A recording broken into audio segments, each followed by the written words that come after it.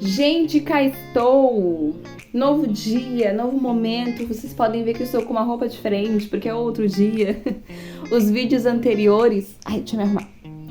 Os vídeos anteriores que eu gravei aí falando sobre o tema feminista cristã. Você pode ser feminista e cristã? Eu gravei tudo no mesmo dia, né? Mas aí chegou uma hora que eu não aguentei mais, porque já era 1h da manhã. E já não tava aguentando mais, ainda até faltava tanta coisa pra falar. Então, gravei. E aí agora eu vou continuar aqui. Outro dia, outra cara, enfim. Eu falei pra vocês que já ia começar já a falar sobre a primeira reunião sufragista, né, em 1848, que começou na Igreja Metodista. Eu já falei pra vocês lá resenhando a bibliografia de Susan Wesley e explicando como começou a Igreja Metodista. Então lá eu já falo um pouquinho sobre isso, né, que eu descobri que sufrágio feminino foi numa igreja e tal, que eu fiquei meio horrorizada, né, mas enfim.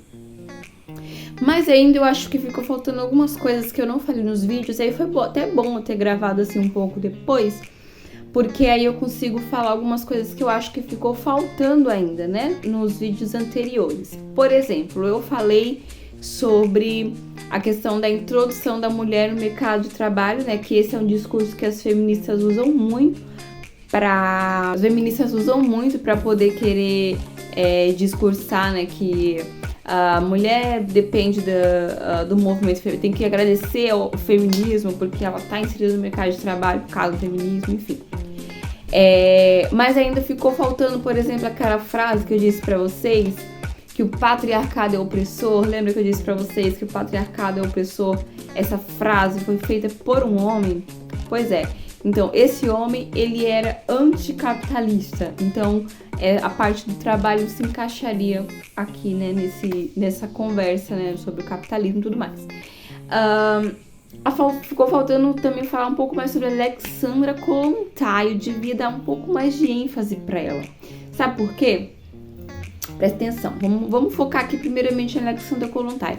Quando você pensa em feminista, uma mulher feminista hoje em dia, você pensa no quê? Vou botar aí na tela para você ver o que você pensa. Pois é. É isso aí. Isso aí mesmo. Feminista é isso aí.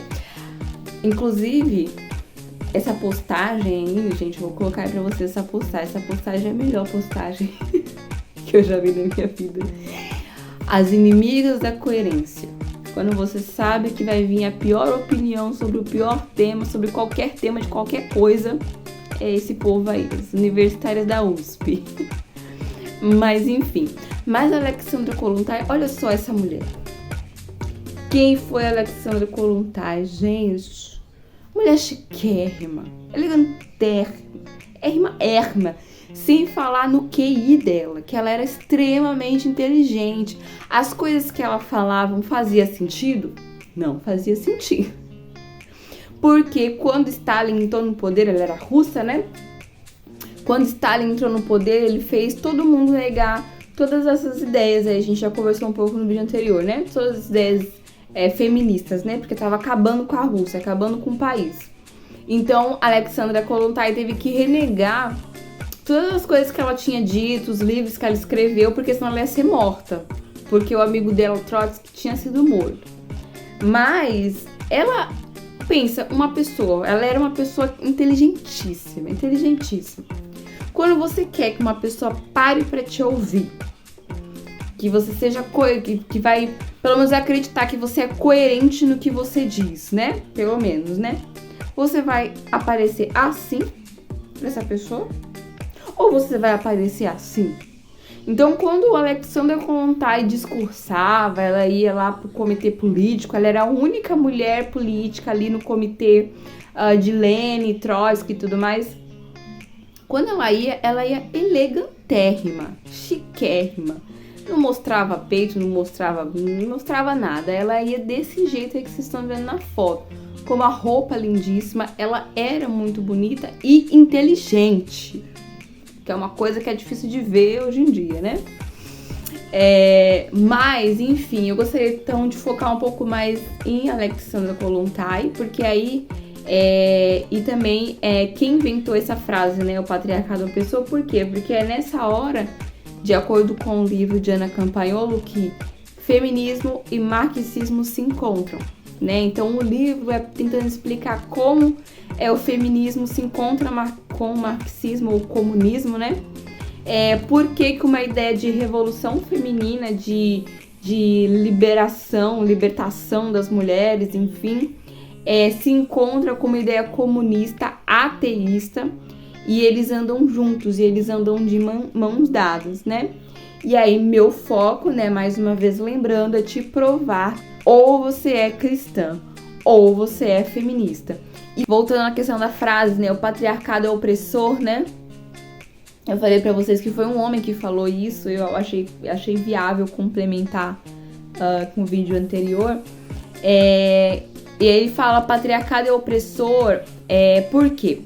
Engels, que foi amigo de Marx, Karl Marx, eles se juntam ali, né? É aí que começa, né, a questão do feminismo se juntar com o comunismo, e nós estamos falando de dois homens. Então, veja, não foi uma mulher que inventou o feminismo a princípio, né?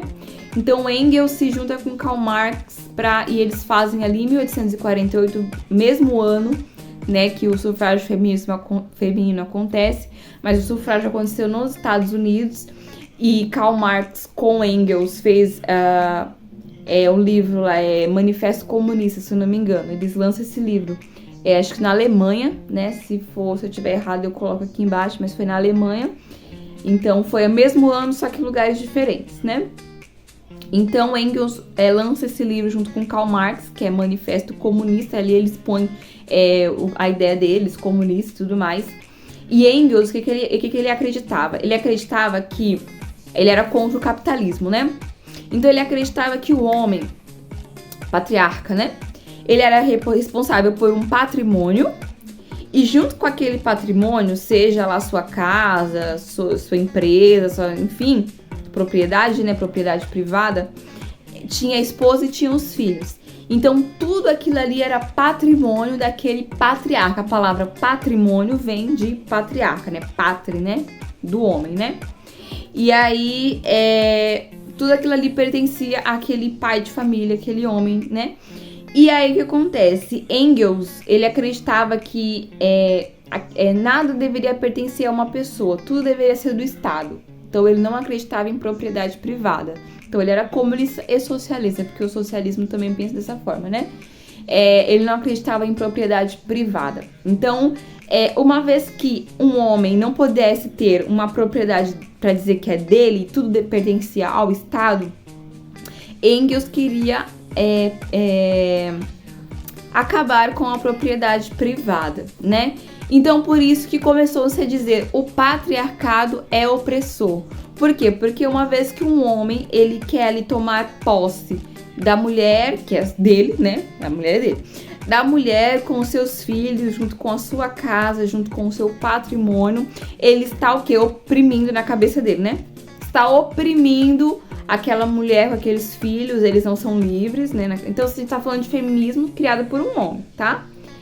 Eles, como os outros vídeos que eu vi também, Karl Marx, né? Karl Marx é um ateísta, né? Então, você já imagina que boa coisa não vem daí, né? Então, ele acreditava que o patriarcado ali, ele oprimia aquela mulher com aquela criança, todo mundo tava oprimido ali, porque é dele, né? Minha esposa, meus filhos são meus, o Estado não mexe, ninguém mexe, eles são meus. E aí ele queria acabar com esse negócio de propriedade privada, de patriarcado, e aí ele cria essa frase: o patriarcado é opressor. Então, quando você ouvir alguém falar essa frase, principalmente mulheres falando isso, você fala pra ela ler um pouquinho sobre Engels e Karl Marx, porque quem inventou não foi uma mulher, foi um homem.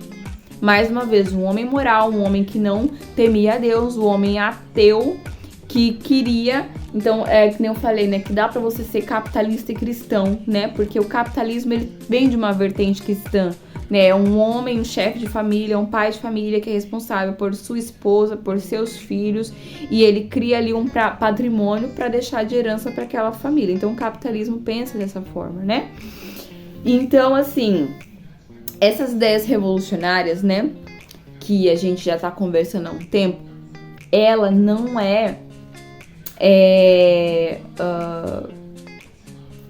primeiramente feita por mulheres, né? Ela começou com homens, né?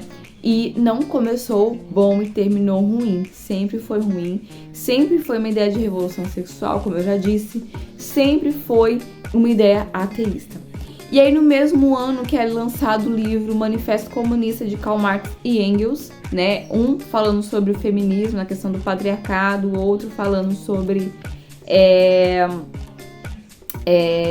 né, no caso de Karl Marx, né, falando sobre o comunismo e o socialismo. Nesse mesmo ano de 1848, nós temos a primeira reunião sufragista ali nos Estados Unidos, na Igreja Metodista, né, com Elizabeth Stanton como líder e acho que Lucretia Mott também como líder. Eu não sei se eu falei certo, mas enfim.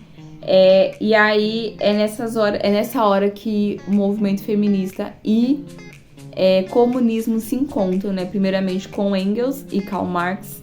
E aí a gente tem lá no movimento feminista lá dos Estados Unidos, voltando também para Elizabeth Stanton, ela foi ali responsável, junto com Trotsky, né? E Lenin, pela Revolução Russa em 1901, 1902, por aí, né? E ela tinha muito... Ela era uma discípula ferrenha de Karl Marx. Então, ela, né, pega ali as ideias de Karl Marx e Engels, né, falando da questão do patriarcado e tudo mais. E aí, ela sendo uma feminista ferrenha mesmo, uma feminista até o osso, né? Porque ela tinha muitos amantes, ela era contra o casamento, ela era contra a criação de filhos, ela era contra tudo isso aí. Ela leva essas ideias para a Revolução Russa, né? E nós falamos no vídeo anterior que quando Stalin toma o poder, ele faz tanto Alexandra Kollontai quanto Trotsky renunciar às ideias porque o feminismo estava acabando com a Rússia. Então lá eles tentaram ser feministas e comunistas, né, andar junto, mas não deu certo. Isso porque Stalin era um homem horrível, ele era comunista, mas a questão do feminismo lá na Rússia não deu certo e ele ameaça de morte as pessoas que estavam abraçando o feminismo. E Alexandra Kollontai só saiu viva porque ela teve que renunciar aos seus livros. Mas Trotsky, que era o amigo dela, acabou morrendo, né? Porque não quis renunciar aos seus ideais. E, enfim, isso serve para nós também, né? Nós cremos no Evangelho. Será que nós estamos batalhando pela fé? As pessoas por nada estão morrendo por nada. Aí aquelas ideias deles não vão levar eles pro céu, né? E o Senhor nos promete vida eterna e salvação. E o máximo que vai acontecer é que as pessoas vão odiar a gente. Mas se nós estamos firmes naquilo que cremos, né? Que não temamos, né? Porque a nossa fé, ela tem galardão. A nossa fé, ela vai nos levar verdadeiramente para desfrutar de uma plena comunhão com Deus por toda a eternidade, né? Então, sejamos fiéis a Deus, ainda que o mundo nos odeie, que possamos ser encontrados fiéis. E terminamos por aqui, mas eu acho que eu ainda vou falar um pouco sobre a primeira abortista de primeira onda. Mas isso aí deixa pra próxima. Beijo, até a próxima.